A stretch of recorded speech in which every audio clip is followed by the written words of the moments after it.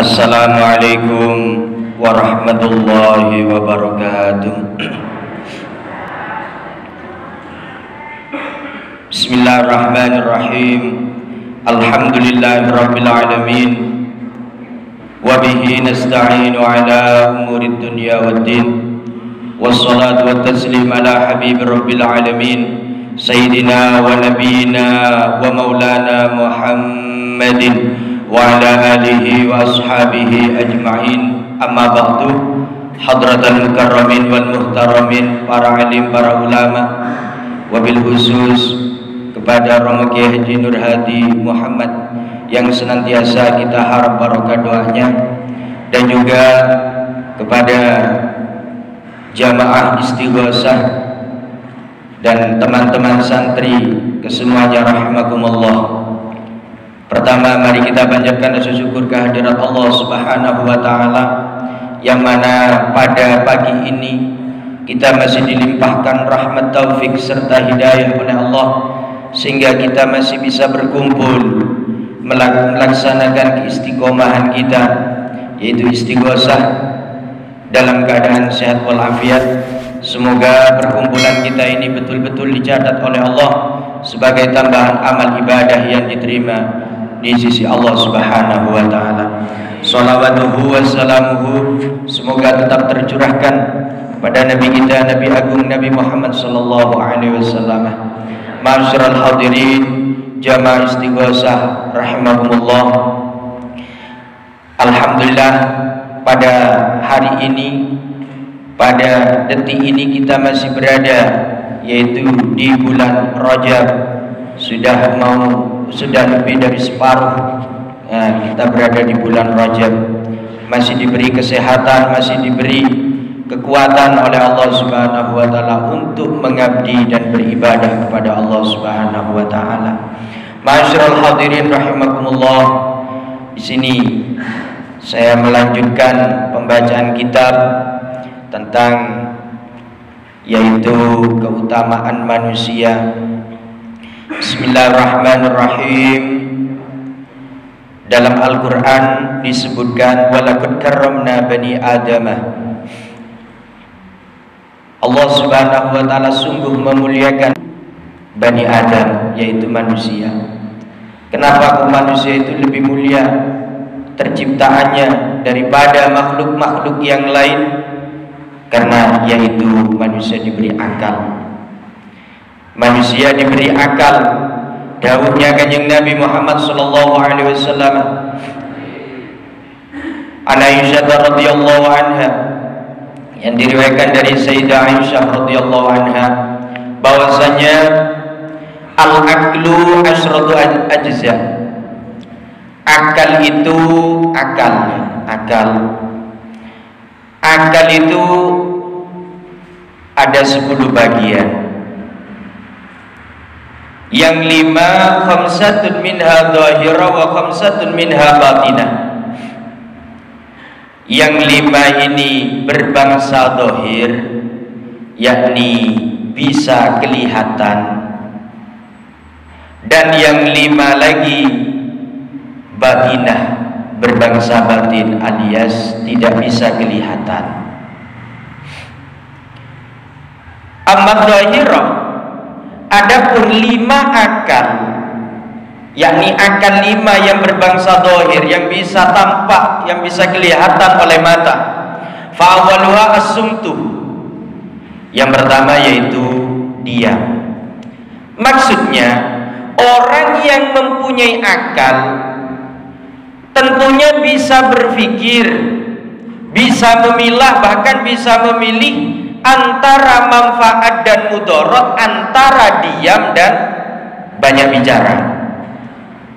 Lebih manfaatan mana, lebih mudaratan mana? Antara diam dan banyak bicara. Tentunya kalau orang tersebut mempunyai akal alias akalnya sehat, jangan turun namun akal beres, lebih banyak menengah, lebih banyak diamnya daripada bicaranya.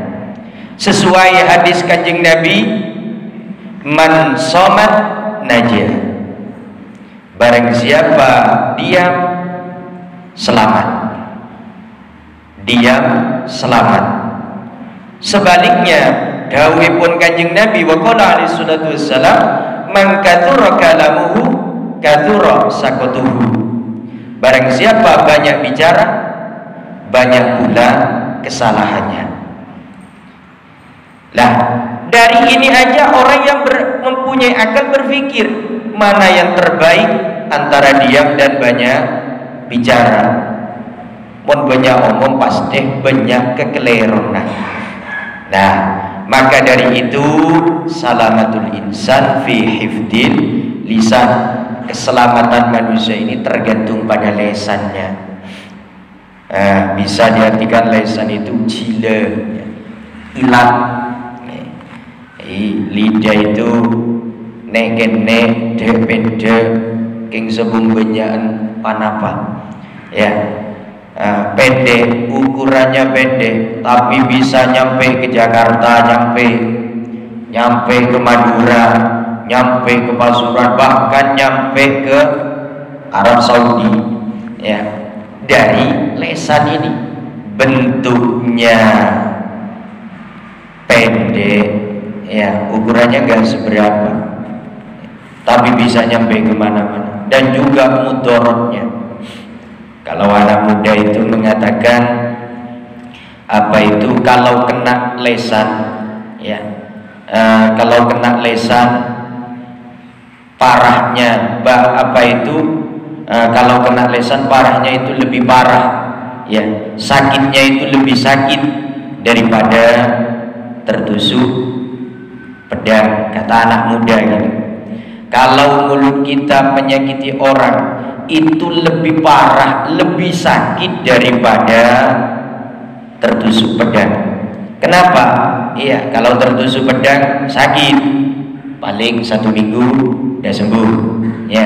Tapi kalau tertusuk lesan alias tersakiti oleh lesan, jangankan 1 minggu, sampai petong toron kita beres yang balas dendam ya. Maka dari itu kalau orang itu mempunyai akal yang sehat, lebih banyak diam daripada banyak bicara. Ini akal. Jadi diam ini kan berbangsa dohir, kelihatan. Oh itu pendiam, oh itu diam ya, itu kelihatan. Berarti orang kalau banyak diamnya berarti menunjukkan kalau akalnya sehat.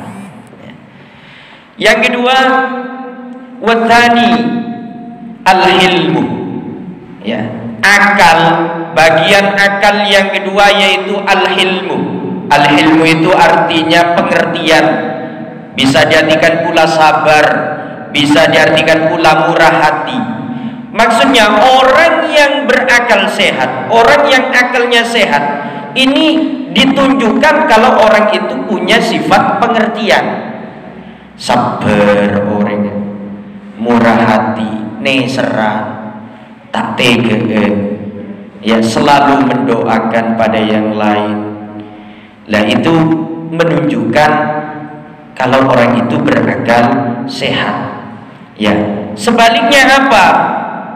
Tanpa punya pengertian sama sekali, ndak ngurus sepenting, yang penting dirinya hidup enak, yang penting dirinya sehat, yang penting dirinya pokok dirinya dok, ndak ngurus orang lain. Ini orang yang tidak mempunyai akal, hanya mementingkan dirinya sendiri tanpa menghiraukan kepentingan atau kemaslahatan orang lain. Yang ketiga, akal yang tampak. Yang ketiga yaitu tawadu. Maksudnya orang yang berakal sehat itu pasti memiliki tawadu, pasti memiliki akhlak, pasti memiliki apa itu lek Jawa niku adab asor. Adab asor ya. Itu orang yang berakal sehat ditandai dengan tawadu. Dan tawadu itu kelihatan, berbangsa dohir, menunduk ya. Ada akhlaknya, duduk ada akhlaknya, berbicara ada akhlaknya. Nah, Kalau apa itu Romo Yai mengatakan al-adab fauqal ilmi, tawadhu atau akhlak itu lebih tinggi daripada ilmu. Meskipun ilmumu menjulang tinggi sampai ke langit, menembus langit, tapi gak punya akhlak, percuma. Ilmunya percuma, kealimannya percuma. Terutama bagi teman-teman santri, ya, monggo dijaga akhlaknya. Baik akhlak dimanapun, monggo dijaga. Ya. Kata hadisnya teman santri, bukan hadisnya Kanjeng Nabi, tapi ada teman santri itu membuat hadis di hadisannya. Man tarakal adab kadubab wajaba santap.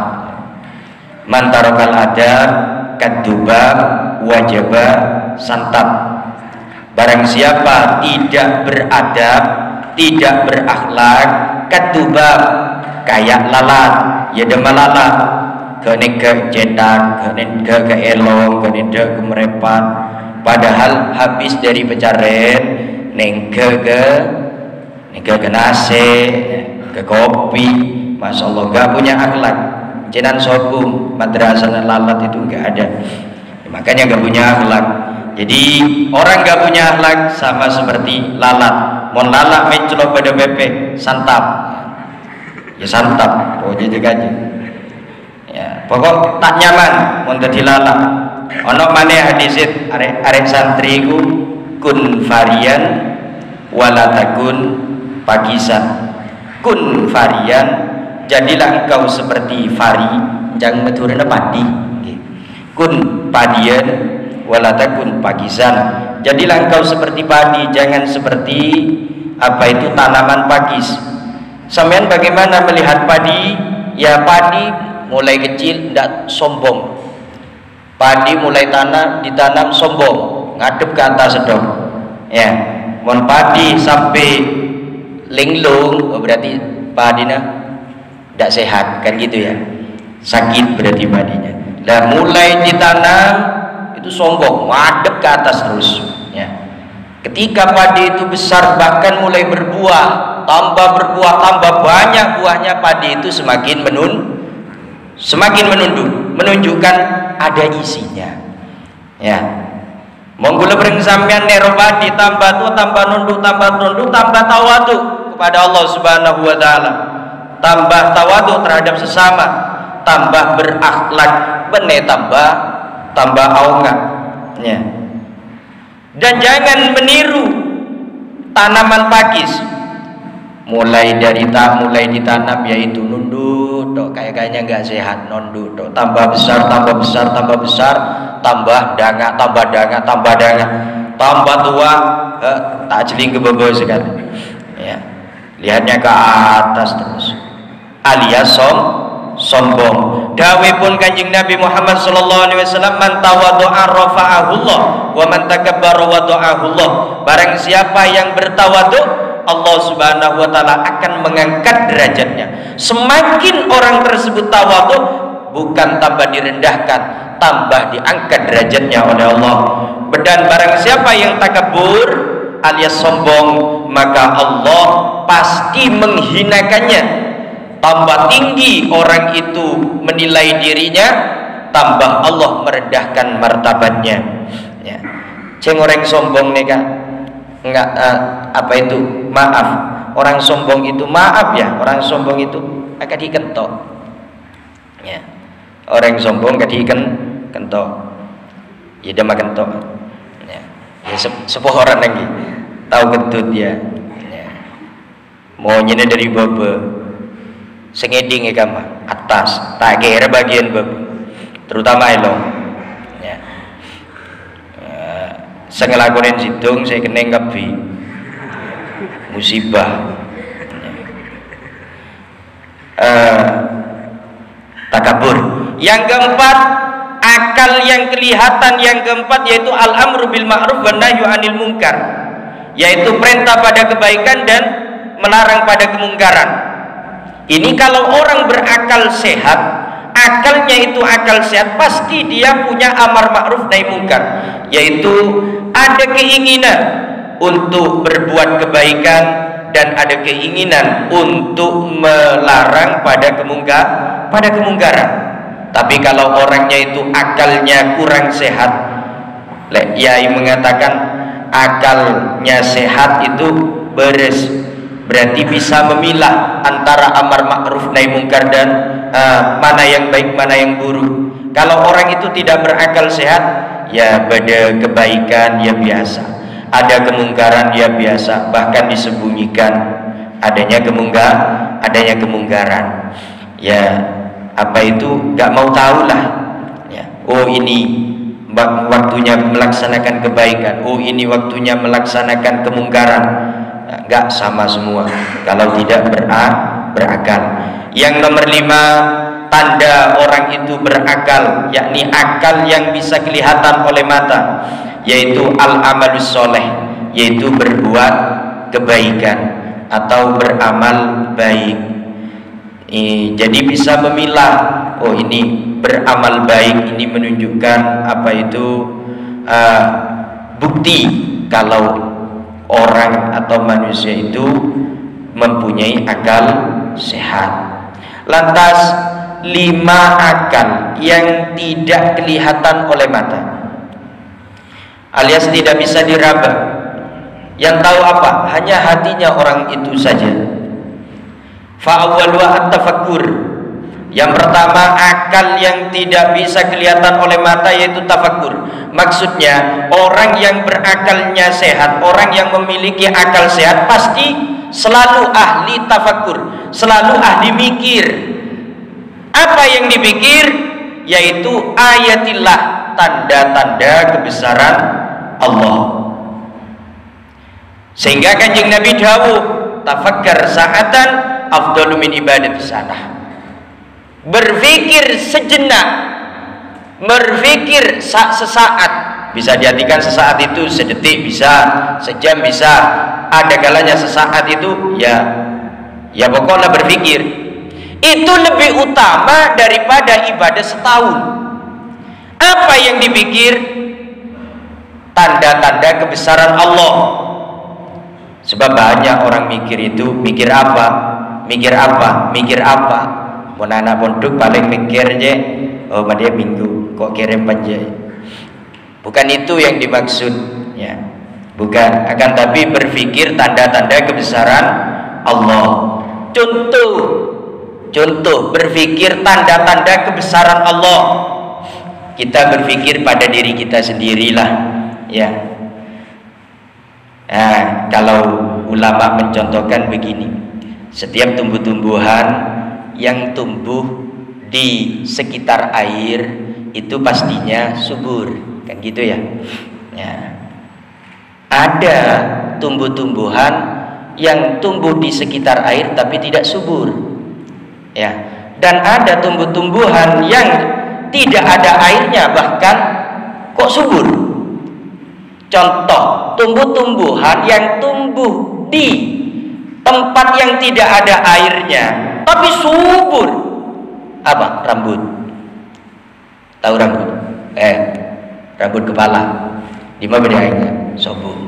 Gak ada airnya tapi subur. Gak dipotong 5 tahun baik. Paling bagian pokang. Rambutnya subur. Iya. Yang heran itu bagian muka. Muka ini hampir 24 jam kita cuci, terutama wudhu. Lain daripada wudhu, cuci muka. Ini yang dekat dengan air, keng tak ceng lanceng. Ya. Ada selanceng. Di mana pada bulu kecok sampai lar sabuk. Ya, gak ada. Yang heran itu apa? Apa ini yang ada di dalam hidung? Bulu apa ya? Yang ada di dalam hidung bulu? Ya bulu hidung. Ya. Keng tak toman, gak pernah kita lihat bulu hidung orang itu sampai 3 meter, gak ada. Ya, gak ada. Padahal ini jarang kena air. Wajar ini. Yang paling dekat dengan air, ria bulu kecak ria. Mata itu nggak sepi dari air, paling dekat. Keng jadi tak toman lan, gak pernah panjang. Ya, ya maaf, mau tambah ke bebe, ya, tambah ke bawah. Aduh, ya. Dekat dengan air cuman gak panjang ban, tak lanceng. Ini tafakkur, berpikir tentang kebesaran Allah. Ya, tanda-tanda kebesaran Allah. Ada hewan, kalau kita berpikir, ya, ada hewan itu diberi jalan oleh Allah. Kalau jalan itu maju, tidak bisa mundur. Ada spion apa? Jalannya maju terus, nggak bisa mundur. Apa itu? Ular. Di mana ada ular jalan mundur? Nggak ada. Atau nemu? Ada spion. Jalannya pasti maju, ular. Ada yang diberi oleh Allah hewan itu jalannya mundur terus, nggak bisa maju. Ya, apa? Rut surut. Tahu rut surut? Biasanya bapak lecak-lecak, biasanya ada lubang, biasanya ya morola ketek biasanya perutnya besar. Tahu sampean rut surut? Nah, itu kalau jalan makanya kocak rut surut, mau nyorot tetok. Makanya nggak ada lomba rut surut. Ya, lomba gerak jalan rusuk. Kenapa? Mundur terus. Ya, kepalanya ada di depan, perutnya besar, tapi jalannya mundur, tak bisa maju itu. Masalah lomba petong kali rut surut, dia tetap jalannya mundur, gak pernah maju. Ada yang makhluk itu diberi oleh Allah hanya bisa jalan. Apa itu? Ke kanan, ke kiri, ke kanan, ke kiri. Gak bisa maju, gak bisa mundur. Jalannya hanya bisa ke kanan, ke kiri. Pokok monta ke kanan ya ke kiri. Apa? Beledang. Al beledang wal kepiting. Ya. Ya wa ala alihi washabihi itu. Ya, sejenis itu. Mau aja lah mereng gitu. Monta mereng ke kanan, mereng ke kiri. Tak ada maju. Ya. Enggak ada mundur. Ya jalan ke kanan, ke kiri, ke kanan, ke kiri. Tahu Mbak Bri ini? Itu tanda-tanda kebesaran Allah. Ya. Makanya tafakkur sa'atan afdhalu min ibadatis sa'. Ya, berpikir sejenak saja itu lebih utama daripada ibadah setahun. Ya. Ini yang pertama, yaitu berpikir.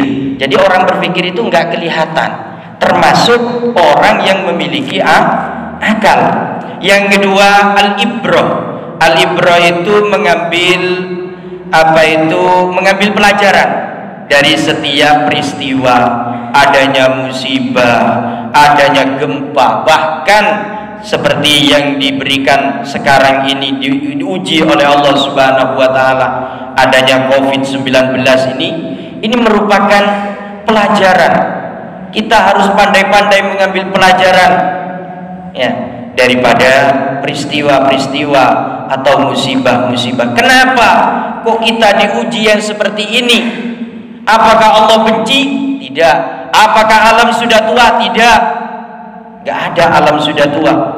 Ya, menegur, ya, menegur kita agar supaya cepat kembali kepada Allah, agar supaya ingat kepada Allah Subhanahu wa taala. Mungkin kita terlalu banyak dosa kepada Allah. Mungkin kita sering lupa kepada Allah Subhanahu wa taala. Maka langkah yang terbaik ya kita mengadakan yang semacam ini, diantaranya yaitu istighosah, mohon perlindungan kepada Allah Subhanahu wa taala. Yang ketiga, al-istiqdamud dunub, yaitu selalu memandang besar pada dosa yang dilakukan. Maksudnya tak pernah meremehkan dosa, meskipun dosa itu kecil tetap dianggap besar oleh pelaku dosa. Bukan seperti ini, oh mek delok arek wedok, oh mek delok arek lanang, dosa cilik, pola dosa cilik ngendengno. Semua dianggap besar sehingga tidak pernah meremehkan dosa. Yang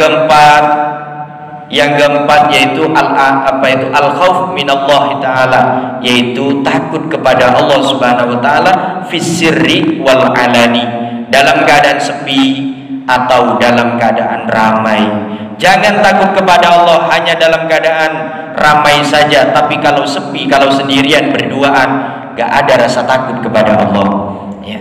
Yang kelima, tahqirun nafsi, yaitu merendahkan dirinya, bahkan menghinakan dirinya, tak pernah mengagung-agungkan dirinya di hadapan orang, tak pernah, ya, tak pernah memandang apa itu dirinya mulia, tak pernah. Ini namanya tahqirun nafsi, menghinakan, merendahkan diri. Karena pada hakikatnya kita memang diciptakan oleh Allah dari sesuatu yang hina. Apa itu? Al-maniyu, mani. Ya, karena memang kita diciptakan dari sesuatu yang hina, yaitu mani. Ya, bagaimana caranya memandang diri sendiri lebih rendah daripada yang lain? Kalau ada orang lain melihat orang lain bodoh, kita nilai, iya wajar orang itu bodoh, ya, sehingga melakukan dosa, melakukan itu dia nggak tahu, maklum, karena nggak tahu sekolah. Lah saya yang tahu sekolah, tahu ngaji, tahu mondok, kok bisa melakukan dosa? Berarti seelekan aku ketimbang ngomiku. Ya. Ini namanya tahqirun nafsi, yaitu lebih menghinakan daripada yang lain. Ya, bukan lebih mengunggulkan.